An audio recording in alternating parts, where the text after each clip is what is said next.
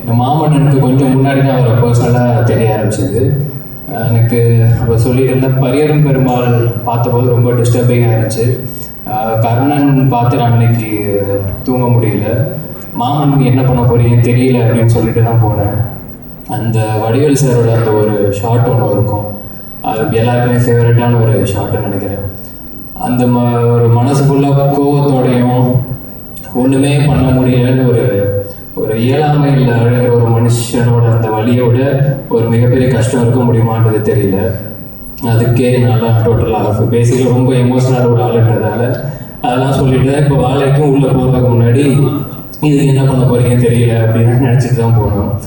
பார்த்தா எனக்கு first of ஆக்சுவலாக ரொம்ப ஸ்வீட்டான ஒரு ஃபிலிம் பார்க்குற மாதிரி தான் இருந்துச்சு.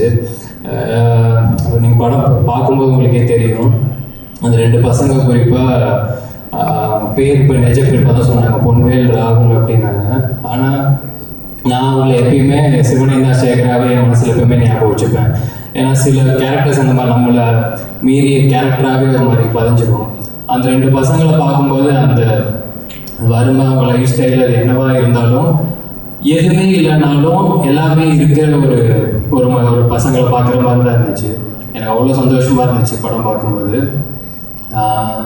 முடிச்சுட்டு அதை கிளம்பும்போது அண்ணன் வந்ததுக்கு நன்றி கவின் அப்படின்னாப்புல.